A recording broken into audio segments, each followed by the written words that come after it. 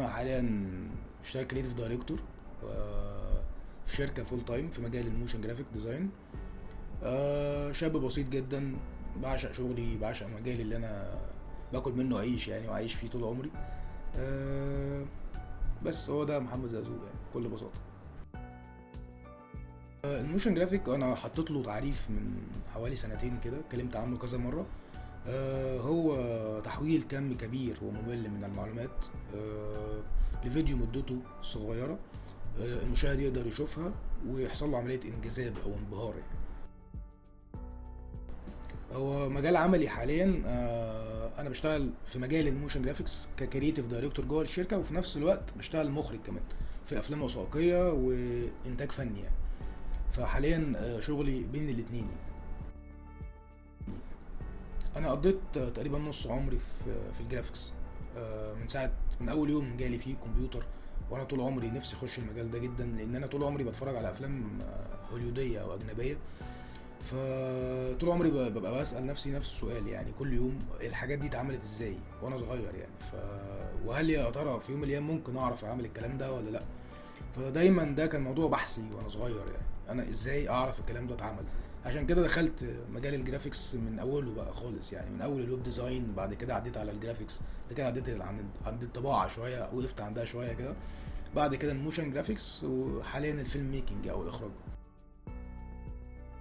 يمكن اكتر صعوبه هي الفكره، انت ازاي تجيب فكره اوريجينال وما حدش عملها قبل كده ولا حد شافها قبل كده. دي من اصعب الحاجات اللي بتقابلك، ويمكن هي دي بقى اللي بتقعد مع نفسك تعمل عصف ذهني كده علشان تطلع فكره كويسه يعني. تاني حاجه كانت امكانيات شغلك، امكانيات جهازك اللي انت بتشتغل عليه، هل يا ترى هيساعدك فعلا ان انت تحقق فكرتك ولا لا؟ لان انت ممكن تفكر فكره مجنونه وما تعرفش تنفذها بالتولز اللي معاك. هي دي كانت مشكلتي، او هم دول المشكلتين الرئيسيتين يعني. ده في شغلي حاليا يعني، فالفكره وامكانياتك. لكن الصعوبات اللي واجهتني وانا بتعلم كانت ان مفيش مصدر تعليمي، وفي نفس الوقت الامكانيات برضه يعني. الامكانيات عامل مشترك بين الاثنين بالظبط، بين المهنه وبين التعليم. مشكله الاخراج عموما، او ان انت تعمل بروجكت فيلم كبير او حتى قصير يعني، مشكلته انك عايز تيم وورك كبير يشتغل معاك، ناس عندها شغف، عندها حماس، عندها حب، عندها حب للي انت بتعمله يعني، يبقوا مقتنعين بفكره الفيلم وبيبقوا عايزين يطلعوه للنور وللناس ان هي تشوفه.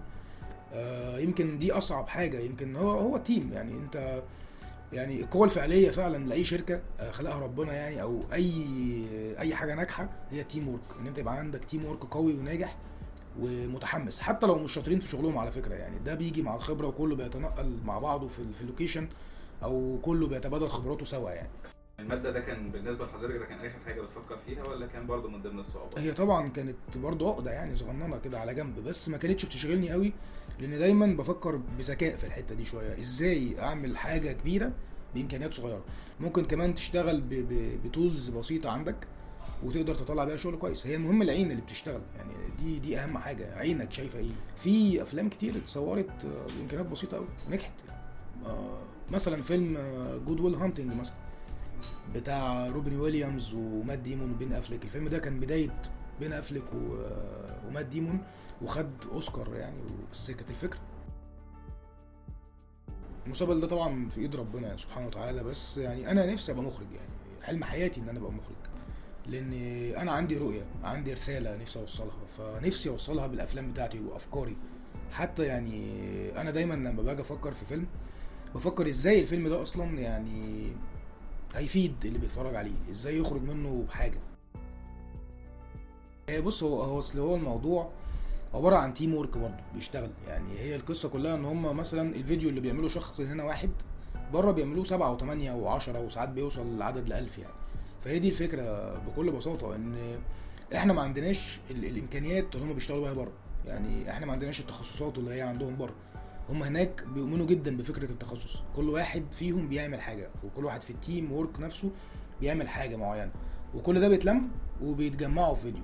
فهي ده الفرق بيننا وبينهم، بس مش اكتر. ان هم هناك بيوظفوا كل واحد شاطر قوي في حاجه معينه، يوظفوه في حتته، عشان كده تلاقي الحاجه طلعت واو منهم. لكن هنا هو يعني شخص واحد قاعد على الكمبيوتر بتاعه وبيعمل كل حاجه بالظبط. هي دي مشكلتنا يعني. في شغل لعرب كتير قوي بيعجبني، في ناس في المجال بدات تحفر اسمها من ذهب يعني في المجال عموما. ففي ناس بحب اتفرج على شغلهم واتابعهم، وفي ناس ما ينفعش اصلا يبقوا في المجال، يعني ما ينفعوش اصلا يخشوا يعني انا بالنسبه لي انا دايما ببقى قافل على نفسي، يعني في شغلي برضو قافل على نفسي دايما يعني. فهي الفكره عايزه انعزال شويه. دور جواك، يعني دور جوه نفسك كده هتلاقي حاجات كتير. في ناس على فكره مش في المجال اصلا وبيجي يقولوا لي افكار، منهم ناس صحابي يعني بييجوا يقولوا لي انا عندي فكره كويسه، وهو ما يعرفش يتنفذ ازاي ولا عنده فكره اصلا عن الموضوع، بس عنده افكار. معنى كده ان الافكار دي مش حكر على حد معين او مش حكر على مجال معين، كل الناس بتفكر. بنعزل كده شويه، بخش في القوقعه فتره كبيره، ولازم كمان قبل ما اقول انا عندي فكره اكون كتبتها كمان. يعني لما الفكره تتكتب ويتحط لها خطوط عريضه ببقى انا عندي فكره وعايز انفذ الفكره دي، فما بخرجش باي افكار غير لما اكون فعلا كتبتها على الورق وعرفت اولها واخرها وعرفت هنفذها ازاي كمان يعني. هو سؤال حلو يعني، بس انا هشبهها لك بمثل صغنون كده.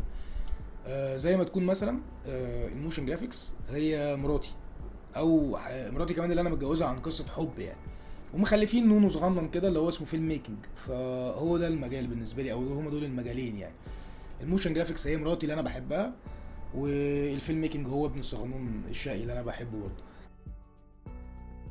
هي يمكن اول نقطه ان انت لازم تحب المجال قوي، يعني لازم يكون انت فعلا عندك شغف لحب، يعني شغف انا عايز اعرف الكلام ده اتعمل ازاي يعني.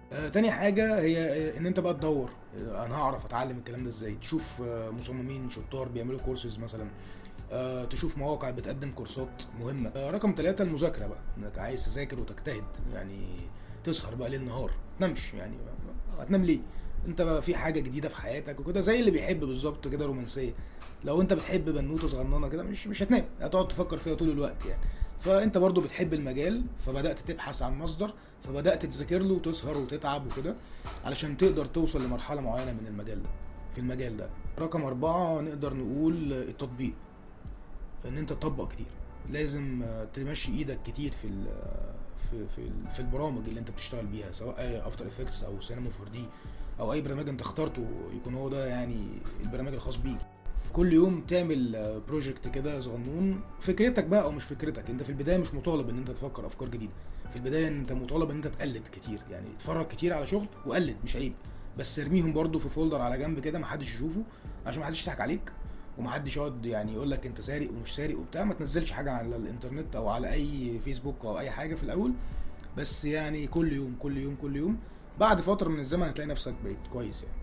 4 نقط تقريبا، هو ممكن يكون في اكتر بس يعني 4 نقط هي الخطوط العريضه للمجال يعني. حب، البحث، المذاكره والسهر والتطبيق. الاربع حاجات دول على اي برنامج، مش على موشن جرافيك، على الحياه عموما مثلا ممكن تاخدهم على الحياه او اي مجال عموما انت عايز تشتغل فيه يعني. في نهايه اللقاء انا بشكرك جدا انا اللي بشكرك جدا، وحابب بس توضح لمشاهدينا لو عايزين يتواصلوا مع الاستاذ محمد زازو هيتواصلوا ازاي؟ هو في الويب سايت بتاعي اللي بنزل عليه شغلي بشكل مستمر، zakworks.com. في كمان على الفيسبوك محمد زازو، وعلى الايميل بقى لو اي حد عايز يبعت محمد زازو @hotmail.com. لو حد عايز يبعت اي سؤال انا جاهز طبعا يعني. شكرا لحضرتك وشرفتنا، وشكرا لوقت حضرتك والاستضافه الجميله اللي حضرتك. ربنا يخليك، شكرا.